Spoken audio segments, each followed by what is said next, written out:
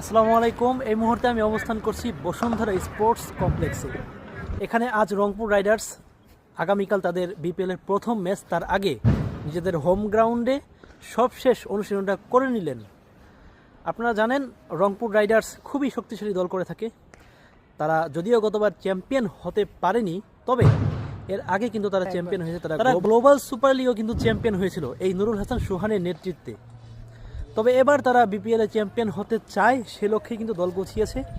নুরুল হাসান সোহানকে অধিনায়ক করেছে, লিটন কুমার দাস রয়েছে, তাছাড়া উঠতি লেগ স্পিনার সুহাগ রয়েছে, পাকিস্তানের ইফতেখার আহমেদ রয়েছে।